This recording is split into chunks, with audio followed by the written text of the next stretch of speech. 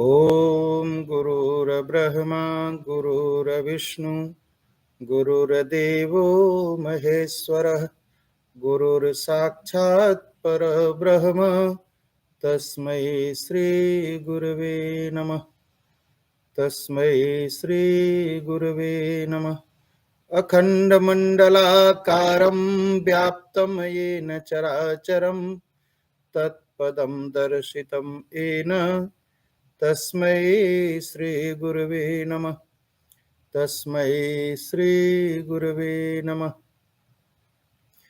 उद्भव स्थिति संहार कारिणी क्लेशहारिणी सर्वश्रेयस्करीं सीतां नतोऽहं राम वल्लभाम्।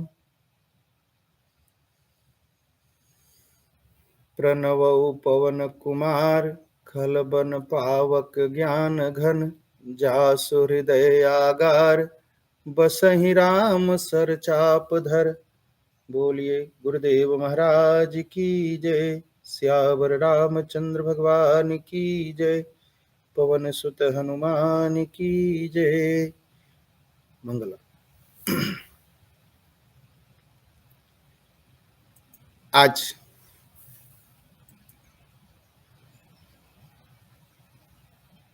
हम लोग तो बहुत अच्छे से सुन रहे हैं, अध्ययन कर रहे श्रीमद् भागवत महापुराण का। अजगर को गुरु बनाया भगवान दत्तात्रेय ने, और समुद्र को भी कहते हैं कि मेरा शिक्षा गुरु है। आज उस पर चर्चा होगी।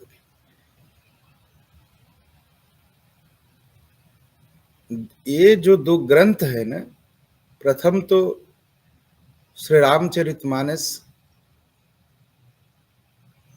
और दूसरा श्रीमद् भागवत महापुराण, ये दोनों ग्रंथ जो है सनातन धर्म की आत्मा है। जो लोग कुछ उल्टा सीधा बोल जाते हैं ना, नहीं समझ पाते, तो पढ़ते नहीं। और हम लोग यहाँ इसीलिए जुटते हैं कि इन दोनों ग्रंथों को हम समझ सके, श्री रामचरितमानस को, श्रीमद् भागवत महापुराण को। भागवत महापुराण के बारे में हम सोचते हैं बस एक ही बात लिखी है कि कृष्ण भगवान राधा जी के पीछे भागते थे और राधा जी रोती थी। कृष्ण भगवान दही चुराते थे और साड़ियां चुराते थे, और घंटों घंटों एक दूसरे को देखते रहते थे और रासलीला होती थी। इतना ही भर जानते हैं, और यही बताया भी जाता है।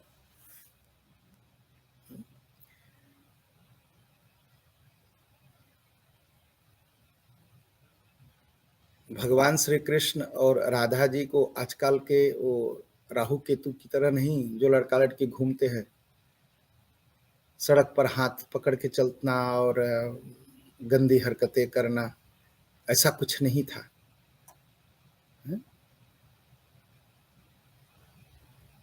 लेकिन कथा और भजन, बस यही दुख होता है कभी कभी।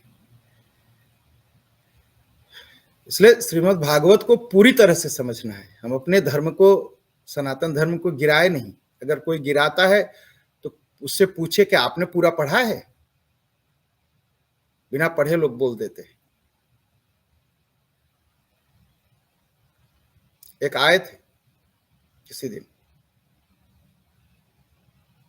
कहे कि हमारे धर्म में आ जाइए और भगवान आपकी रक्षा करेंगे। तो उससे पहले बहुत बोल चुके थे और मैं सुनता जा रहा था। मैं कहा सुनिए, जिनको लोग मार के टांग दिए, अपने को नहीं बचा पाएंगे, हमको बचाने की कोशिश मत करिए। हमको बचाने के लिए हमारे श्री राम जी हैं, कृष्ण जी हैं। जग में सुंदर हैं दो नाम, चाहे कृष्ण कहो या राम, ये दोनों बचाएंगे। क्योंकि इन दोनों ने अपने भक्तों की रक्षा के लिए अपने सारे नियम तोड़ दिए और दुश्मन के घर में घुस करके मारा। हमको बचाने वाले राम जी कृष्ण जी है, हमें किसी धर्म दूसरे अन्य मजहब और रिलीजन की शरण नहीं लेनी है। लेकिन दुख ये बात है कि हम सनातनी हैं, हिंदू हैं, हम अपने धर्म को समझते नहीं। हमारा धर्म केवल बस वही जो हॉलैंड सूरीनाम में देखता हूं ना, स्वामी जी से लेकर के पंडित जी तक, भूत प्रेत भूत प्रेत भूत प्रेत भूत प्रेत भूत प्रेत भूत प्रेत भूत प्रेत, एक ही चल रहा है कंटिन्यू। देखिए, जिस चीज का नाम है वो चीज है, पहली बात मानिए। ऐसा नहीं कि मैं कह रहा हूं भूत प्रेत नहीं है, सताते हैं, ये भी है, सभी धर्मों में है, हमारे भी धर्म में है। उसके बचने के उपाय है, लेकिन केवल यही हमारा धर्म है ऐसा नहीं है। हमें अपने धर्म को पूरी तरह से समझना है। कैसे समझना है? श्रीमद् भागवत महापुराण से, रामचरितमानस से, हनुमान चालीसा से, वेद से लेकर के हनुमान चालीसा तक। अब कहेंगे पढ़ने में तो पूरा जीवन लग जाएगा। हाँ, पढ़ने में पूरा जीवन लग जाएगा, कम से कम एक तो समझने की कोशिश करिए, एक पुस्तक को।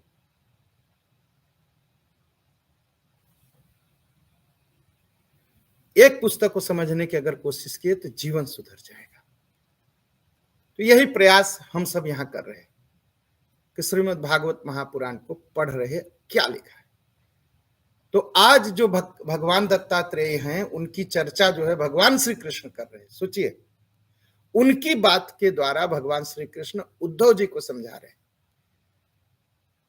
और आज क्या बताने जा रहे हैं दत्तात्रेय जी? दत्तात्रेय जी कहते हैं कि मैंने समुद्र को अपना गुरु बनाया।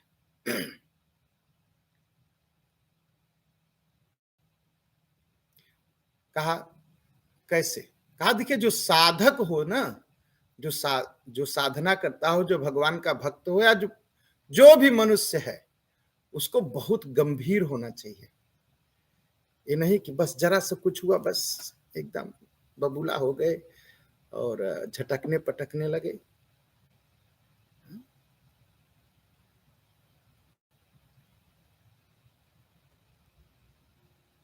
ऐसा नहीं होना चाहिए, गंभीर होना चाहिए। कोई कुछ कहे तो सहने की क्षमता हो, सह लो। सहने के बाद तब अगर आप जवाब दोगे ना, तो बहुत सुंदर जवाब होगा। एक घटना बताती। मैं एक बार सूरीनाम गया, तो वहां एयरपोर्ट पर मैं संदरी पर बैठा हुआ था। तो जो हमको छोड़ने आए थे, साथ में बैठ के हम दोनों लोग बात कर रहे थे। तब तक एक सज्जन आए, उन्होंने परिचय कराया, कहा ये पंडित शंकर हैं, ये हॉलैंड से आए हैं और भारत के हैं। और उनसे मुझसे कहा देखिए हमारे गांव के ही पंडित जी हैं, थोड़ा उम्र के थे। उन्होंने एक बहुत बड़ी बात कही। कहा भारत से आए? कहा हाँ, आते रहिए, यहाँ खाने की कमी नहीं है, खाते रहिए। तो एक बार मन में आया कि क्या बोल रहे हैं, उम्र में बड़े हैं, मैं क्या कहूँ, मैं इनको। तो मैं थोड़ी देर चुप हो गया। मैं उम्र में बड़े हैं और मैं इनको क्या कहूँ, मैं इनको क्या जवाब दूं। लेकिन जो मेरे साथ थे कहा पंडित जी ये बराबर ऐसे बोलते रहते हैं, इनको जवाब देना जरूरी है।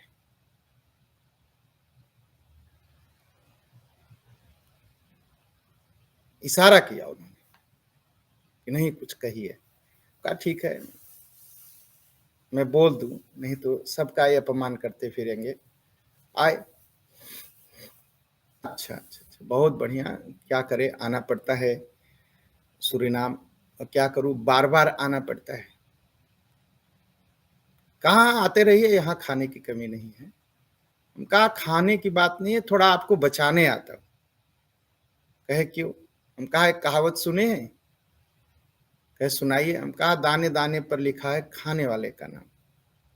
कहे हाँ सुने हैं। हम कहा जिस दाने पर मेरा नाम लिखा है बस उसको खाने के लिए आना पड़ता है, अगर नहीं आऊंगा तो आपको पाप लग जाएगा। तो कहे पाप कैसे लगेगा? हम कहा जिस दाने पर मेरा नाम लिखा है अगर मैं नहीं आऊंगा खाने तो आप फेंकेंगे नहीं? कहा नहीं। कहा तब आप खाएंगे? कहा जरूर खाएंगे, फेंकेंगे क्यों? हम कहा जो मेरे हिस्से का है आपको खाना पड़ेगा और दूसरे का हिस्सा खाना महापाप है। तो मैं आपको पाप से बचाने आता हूं कि आप मेरे हिस्से का न खाइए, इसलिए चला आता हूं आपको बचाने के। तो उन्होंने कहा ये तो बहुत बड़ी बात है, कह दिया आपने। कहा नहीं, बात नहीं कह दिया, बस कह दिया, प्रणाम। और कुछ कहना है आपको? कहे नहीं मैं थोड़ा उधर जा रहा। हम कहा ठीक, आराम से। तो तुरंत उबल करके झगड़ा मत करिए, थोड़ा गंभीर होइए और थोड़ी देर रुकिए एक बात कहने से। लेकिन हम इतने जल्दी में रहते हैं कि बस फट से, लोग कहते भी बस फटाके से जवाब दे ली। फटाक से मत, ये गंदी बात है फटाक से जवाब देना। उचित और सम्मान पूर्वक किसी को जवाब दीजिए, अपनी सम्मान की भी रक्षा करिए और दूसरे को भी समझदारी आ जाए, दोबारा ऐसा ना बोले, ऐसे कहे। बस फट से कुछ बोलने के चक्कर में हम रहते हैं और अपना रिश्ता भी खराब करते हैं, दूसरे का मन खराब करते हैं। तो इसलिए थोड़ा गंभीर होना चाहिए। समुद्र के अंदर कितना डीप है, वो कितना गंभीर रहता है अंदर, अंदर से गंभीर होना चाहिए, डीप होना चाहिए। और भगवान के प्रति इतना प्रेम होना चाहिए, इतना भाव होना चाहिए कि कोई कितना दीप भाव है, कितना फीलिंग है, कितना आप भगवान को प्रेम करते हैं, कोई जान भी न पाए। समुद्र का जो अंतिम नीचे वाला जो बौदम है, कोई जान पाता है? नहीं खोज सकता, आज तक कोई खोज नहीं सका, कोई नहीं खोज सका। तो ऐसा ही साधक को होना चाहिए कि जो एकदम अंतिम दीप्त है, कोई न पाए कि आप भगवान को कितना प्रेम करते। बहुत अथाह होना चाहिए, अथाह होना चाहिए,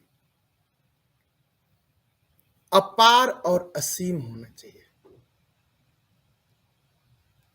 जैसे समुद्र है, समुद्र की सीमा, अंतिम सीमा कहां है?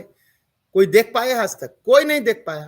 तो ऐसे आप कितने बड़े हैं, गंभीर हो, अथाह हो, असीम हो, आपकी सीमा कोई न जान सके। और छोटी छोटी बातों में क्षोभ न हो, बस उबल पड़े, दुखी हो गए। हाँ? और सदैव प्रसन्न रहना चाहिए। प्रसन्नता कैसी होनी चाहिए? समुद्र की तरह।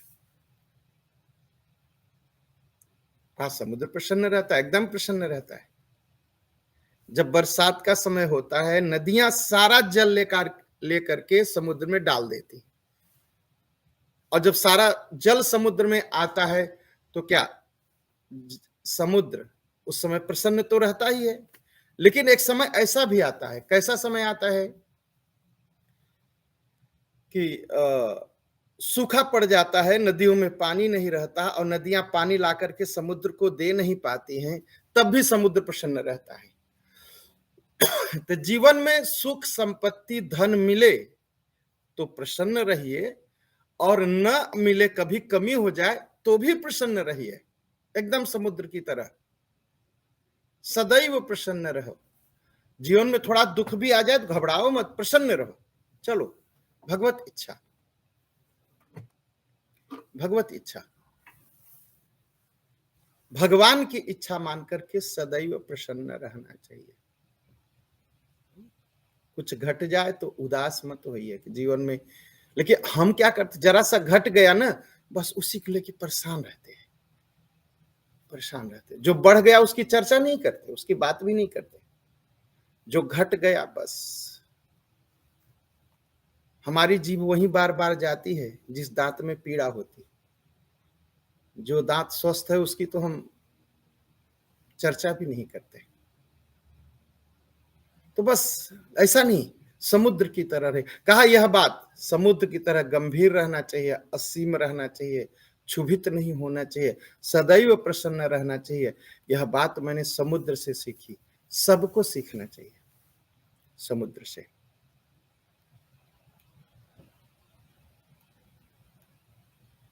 और कहते हैं एक मेरा गुरु और है, फतिंगा। फतिंगा कहते हैं चींटी होती है तो चींटी को पंख जम जाते हैं तो चींटियां उड़ने लगती है, उसके कहते हैं फतिंगा, उसको भी कहते हैं। और जमीन के नीचे से एक छोटा चींटी की तरह जानवर होता है, चींटी का परिवार, उसके पंख होते हैं, बरसात के समय दिखाई पड़ते, उसे कहते हैं फतिंगा। तो भगवान दत्तात्रेय कहते हैं कि रघु महाराज फतिंगा भी मेरा गुरु है। कहा महाराज फतिंगा तो अपनी जान दे देता है। कहा क्यों जान दे देता है? कहा उसको जो अग्नि है, जो दिया है, दिया जब जलाइए तो उसकी जो लौ निकलती है, आग निकलती है, फतिंगा देख करके मोहित हो जाता है, वासना और काम से भर जाता है। फिर वो क्या सोचता है, अब आनंद लेंगे उससे, तो अपने आप को उस दिया के अंदर, आग के अंदर डाल देता है, और होता क्या है, वो जल करके खत्म हो जाता है। कहा फतिंगा से मैंने सीखा कि फतिंगे की तरह नहीं होना चाहिए वासना के पीछे, भोग के पीछे लोग अपना जीवन बर्बाद कर देते हैं, भक्ति छोड़ देते हैं। कहा धन लोग कमाते हैं कि भोग करेंगे, और धन का नाश कर देते हैं लोग भोग के पीछे। तो भोग जीवन का मुख्य हो जाता है, अपना जीवन, अपना शरीर, अपनी ईश्वर भक्ति, अपना प्रेम, सब कुछ नष्ट कर देते हैं भोग के पीछे। कहा वह रूप में मोहित होता है, किसके? अग्नि के। और मनुष्य जो है, पुरुष जो है स्त्री के रूप में मोहित होता है, और स्त्री पुरुष के रूप में मोहित हो जाती है, लट्टू हो जाते हैं, एकदम गुलाम हो जाते हैं, इतना मोहित हो जाते हैं। फिर वह स्त्री जो कहती है उसी के आगे पीछे नाचते, वह पुरुष जो कहता है उसी के आगे पीछे नाचते हैं। फिर प्रेम होना चाहिए, लेकिन मर्यादित प्रेम होना चाहिए, शास्त्रीय प्रेम होना चाहिए, और उस प्रेम में नहीं भूलना चाहिए यह वासना, यह भोग, यह जीवन को नष्ट कर दे। जैसे फतिंगा अपने आप को नष्ट कर लेता है, वैसे मनुष्य भी भोग में फंस करके अपना जीवन नष्ट कर लेता है। इसलिए दत्तात्रेय जी कहते हैं कि फतिंगे से मैंने सीखा कि भोग जो है जीवन नष्ट कर देता है, किसी के ऊपर मोहित नहीं होना चाहिए, नहीं तो भगवान की प्राप्ति नहीं होगी, मोक्ष की प्राप्ति नहीं होती है। कहा वह मूर्ख होते हैं, मूढ़ होते हैं, जो कामनी और कांचन के चक्कर में फंस जाते हैं। कुछ लोग सोचते हैं धन जुटा लो, धन जुटा लो, धन जुटा लो। कुछ लोग कहते हैं, सोचते हैं चलो भोग करो, भोग करो, औरतें पुरुष के साथ, पुरुष औरतों के साथ। यह कामनी और कंचन। श्री रामकृष्ण परमहंस कहा करते थे, जिसको कामनी और जो कामनी और कांचन का त्याग नहीं कर सकता, ईश्वर की प्राप्ति कभी नहीं कर सकता। भोग की का त्याग और धन का त्याग जो करेगा वही ईश्वर को प्राप्त करेगा, नहीं तो नहीं। लेकिन कलयुग है,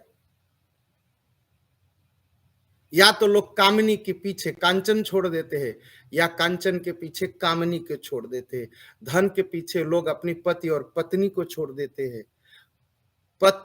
पति और पत्नी या संबंध बनाने के लिए लोग धन छोड़ देते हैं। ये सारे उदाहरण मिलते हैं, लेकिन भगवान के लिए छोड़ते समय तो बहस आने लगती है, तब दिमाग खुल जाता है, तब समझदार हो जाते हैं लोग, तब समझदारी दिखाते हैं। जब भगवान के लिए कहिए कि चलो मंदिर बनाना है, कुछ दान करो, तो लोग समझदार बन जाते हैं। नहीं नहीं नहीं नहीं, दान देने से क्या होगा? तब इस तरह तो उनसे पूछना चाहिए भोग करने से क्या होगा? दान देने से सुख मिलेगा, इस शास्त्र कहते हैं, जरूर मिलेगा, लेकिन भोग करने से जीवन नष्ट हो जाएगा, शास्त्र कहते जरूर नष्ट हो जाएगा। हम लोग रोज देखते हैं, लेकिन फिर भी करते हैं। इसीलिए कामनी कंचन में जो फंसता है उसे मूढ़ कहा जाता है। अच्छे अच्छे कपड़ा, सुंदर सुंदर कपड़ा, और ऐसे कपड़ा कि कभी कभी तो लगता है कि कपड़ा ही नहीं पहना है।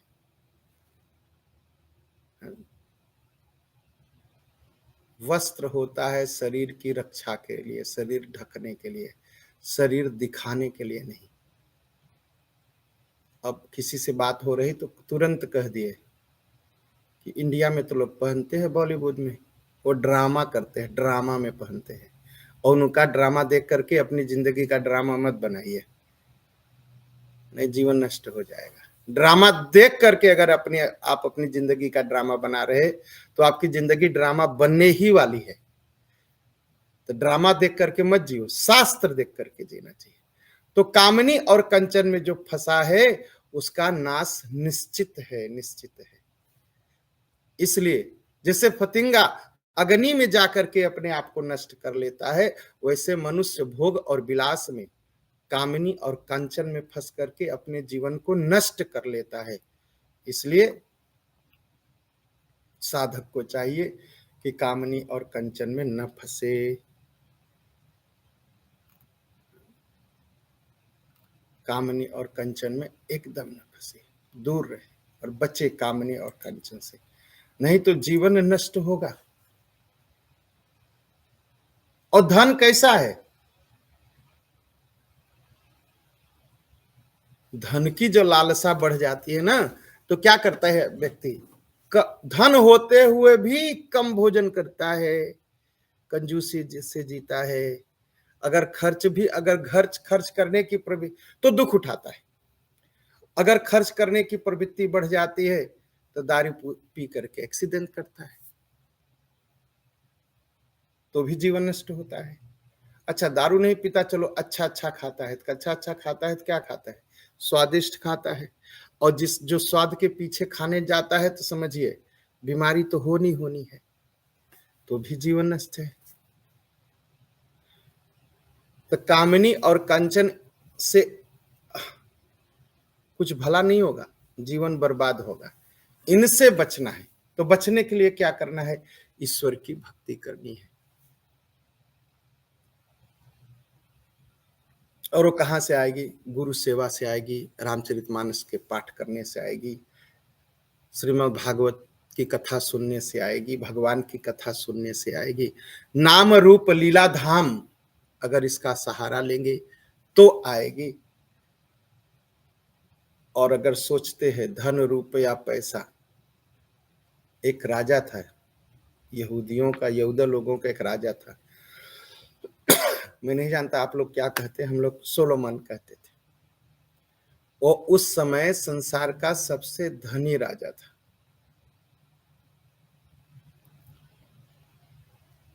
उससे पूछा गया आप कुछ सत्य बोलेंगे महाराज, अपने जीवन का कुछ सत्य बताइए, अनुभव बताइए। तो उन्होंने कहा हवा को हम हाथ में पकड़ सकते हैं, अग्नि को हम हाथ में पकड़ सकते हैं, हाँ? कहा ये सब हो सकता है, लेकिन अगर कोई सोचता है कि सोना हाथ पकड़ने से सुख मिलेगा, या सोने से सुख मिलेगा, धन से सुख मिलेगा, तो उससे बड़ा मूर्ख कोई नहीं है। ये उस समय के सबसे धनी जो राजा थे वो अपने जीवन का अनुभव लिख रहे हैं। राजा भर्तृहरि थे, बहुत अच्छे बड़े विद्वान थे, 3 पुस्तक ही लिखी है उन्होंने। क्या लिखा है, नीति शतक, वैराग्य शतक और श्रृंगार शतक। वैराग्य शतक में वो लिखते हैं किसी को नागराज काट ले, किंग कोबरा काट ले, हो सकता है वो बच जाए, लेकिन जिसको भोग ने काट लिया है, वासना ने काट लिया है, वह बचेगा नहीं, उसका नाश निश्चित है। और कहते हैं मगरमच्छ के मुंह में रखा हुआ हीरा, कोई मगरमच्छ के मुंह में चला जाए और हीरा लेके निकल आए, ये हो सकता है। लेकिन अगर कोई सोचता है कि धन से मुझे सुख मिलेगा, तो नहीं हो सकता। वो भी राजा थे, वो भी राजा थे। धन सुख देगा यह भूल जाइए, वासना सुख देगी यह भूल जाइए, वस्त्र सुख देगा नंगे नंगे वस्त्र, तो भूल जाइए। सुख अगर कोई देगा तो जो आनंद सिंधु सुख राशि, सीकरिते त्रैलोक्य सुपासी, सो सुख धाम राम असनामा, अखिल लोकदायक विश्रामा।